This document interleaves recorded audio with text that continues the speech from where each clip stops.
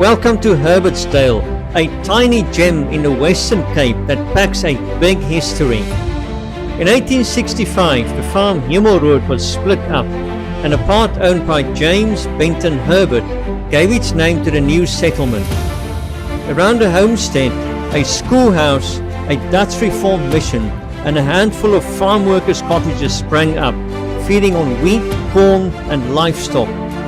2 years earlier, on the 23rd of March 1863, the Cape Parliament had already proclaimed Herbertsdale a town, and the name has stuck ever since.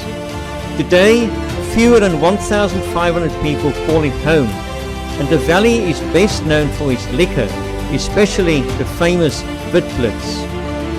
We aren't here for the alcohol though, but we'll be staying with a local church elder and renowned biologist to discover some of the area's real beauty, its serene nature, beautiful birds and wild animals.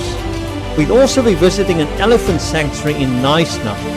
Come along to discover why Herbertsdale is more than just a bottle of wine, and join us for close encounters with African elephants in Knysna.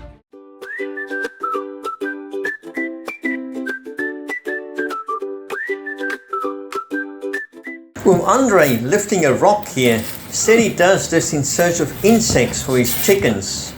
He and his wife hosted us in their fascinating home in Herbertsdale.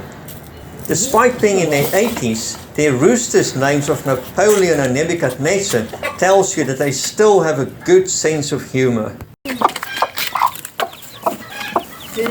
See, it's her first night inside. Andre told us that this hen was looking after the neighbours' chicks, and here he got them ready for their first night in their newly built shelter.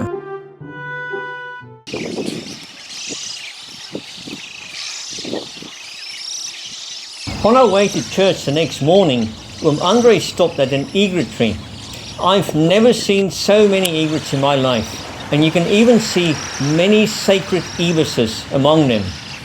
Cattle egrets have one of the most impressive range expansions of any bird species. Originally native to Africa and Asia, they reached the Americas in the late 19th century and have since spread across North and South America, becoming the most abundant species of heron in the world. Their expansion is linked to their association with humans and domesticated animals.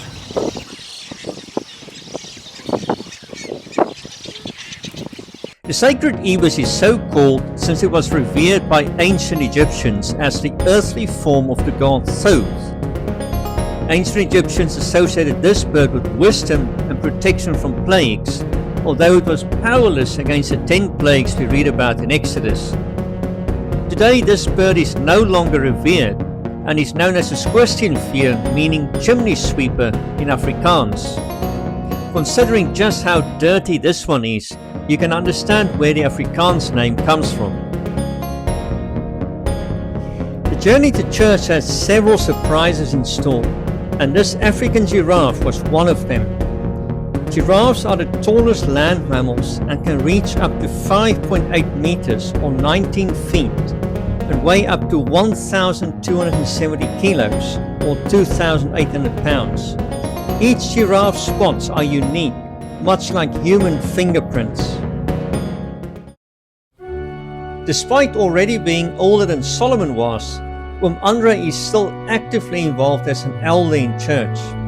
Thanks to a biblical diet and active lifestyle, he's enjoying very good health and his mind is as sharp as ever. Here he led church proceedings and introduced us as guest speakers. It was my first Sabbath presentation in South Africa for decades, and what follows is a short extract of my talk on religious syncretism. But then you have man-made religious beliefs that's got no biblical basis. For example, Sunday worship. You cannot support that from the Bible, but that's a tradition, especially in South Africa. Most people are Dutch Reformed, so they worship on the Sunday.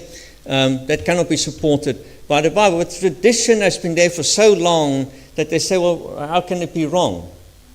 But it's not based on the Bible. So if you blend these two, then you get Syncretism and a lot of confusion, and we have the wine of Babylon as well. I'm not going to go into that. Your example is sprinkling the infants. That's not baptism according to Scripture. After church, we went for an afternoon drive in search for birds, but saw a lot more. The first surprise came in the form of plains zebra. They are much smaller than Gervais zebra, a species not found in South Africa, but larger than mountain zebra. The young zebra seen here will stay in close proximity to its mum for up to 3 years in case it's a male, but may leave its mum at as young an age of 13 months if it's a female. Zebras can walk within 15 minutes after birth and start running just 1 hour after being born. This is faster than most mammals, putting zebras in the top 10 when it comes to quickest times from birth to ability to run. While I was admiring the zebras, Andre pointed me in the opposite direction to southern white rhinos. These are a near-threatened species with only around 10,000 adults left in the world. They are not to be confused with the critically endangered northern white rhino, a species on the brink of extinction with none left in the wild and only a few females in captivity. As you can see, white rhinos are actually grey, and it is believed that their name comes from a mistranslation of the Afrikaans word wyd, meaning wide, a reference to their wide mouth. Our Sabbath afternoon drive turned into an unexpected safari as we saw elephants next to the road just meters from us. The African Savanah elephants seen here are the largest land mammals and are not to be confused with African forest elephants found in dense forest areas. As you can see, these giant Savanah elephants, growing up to nearly 4 meters tall, are grazing on grass and have pointed ears. Mature females weigh around 2.7 to 3.6 tons, while the heaviest male on record weighed nearly 11 tons. Forest elephants, mainly feeding on fruit and leaves, have round ears and are not quite as big as their savanna cousins, weighing 2 tons on average and usually stand less than 3 meters tall. Both varieties of African elephants have long life expectancies of up to 70 years and can swim long distances using their trunks, consisting of more than 40,000 muscles, as snorkels. Here where I'm standing next to these elephants, you can get an idea of just how big they are.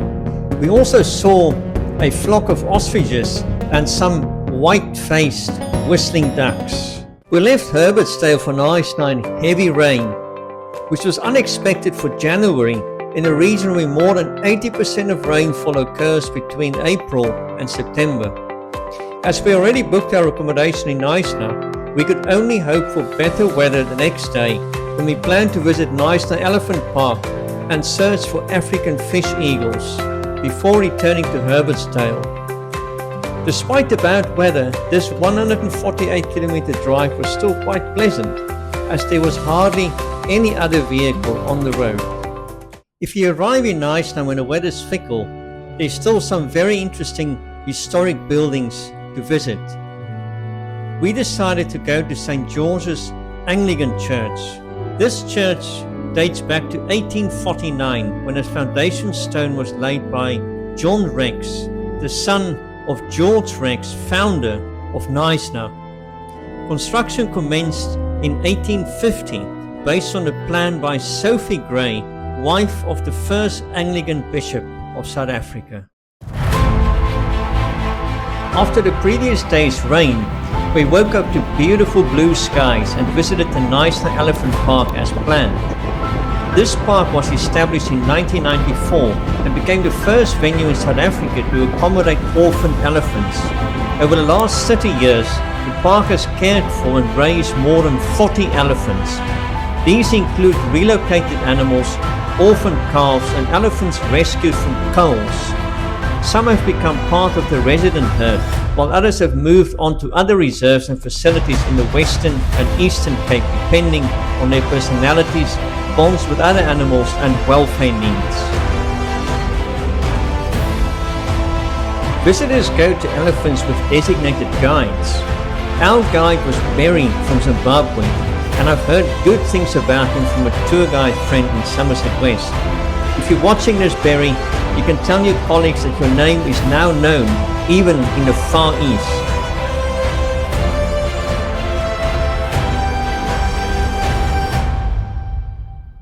Entry fee to the park is 360 Rand for South Africans and 430 Rand for foreigners. Barry said as we paid good money to enter, we can stay with the elephants as long as we wanted.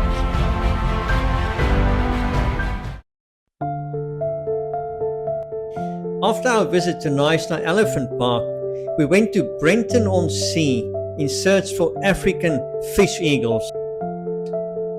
I was informed that this is the best spot if you want to see these majestic creatures.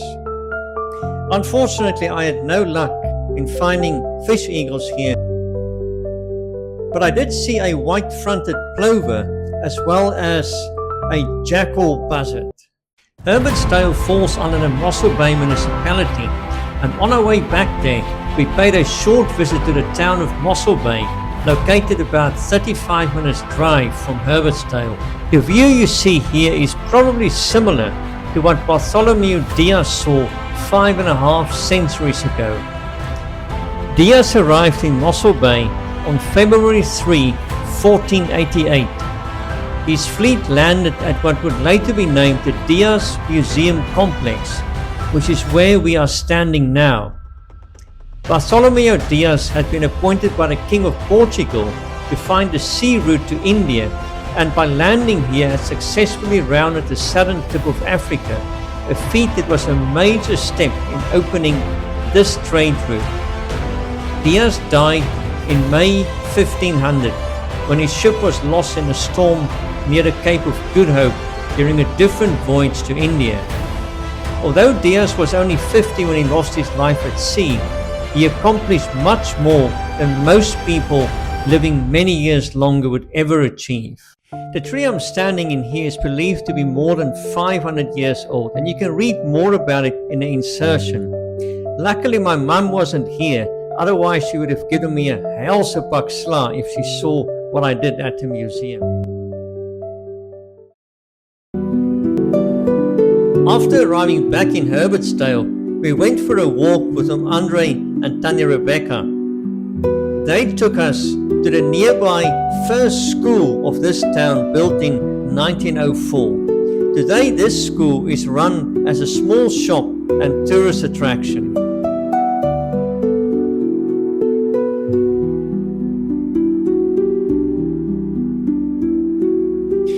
After the visit to the shop, we went for a walk through the beautiful neighborhood, past an abandoned Lutheran church and also the iconic Dutch Reformed church near Andre's home. When we got back to his home, I read a small piece from his gigantic Bible. And God said, "Let there be light," and there was light. Now it was time to say goodbye to them. This was our final goodbye before we left Herbertsdale.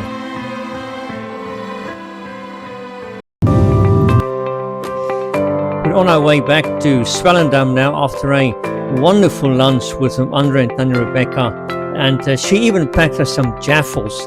That's something I haven't had for a very long time, so that's going to be something very nice to enjoy for our dinner in Swellendam. And as you can see, the road here is a bit busier today. We stuck behind the truck, but really no rush. It's beautiful weather, and join us again for some of our final adventures in the Western Cape. Thank you for watching, and if you haven't done so yet, please consider subscribing to the channel and leave us a comment. We'd love to hear from you.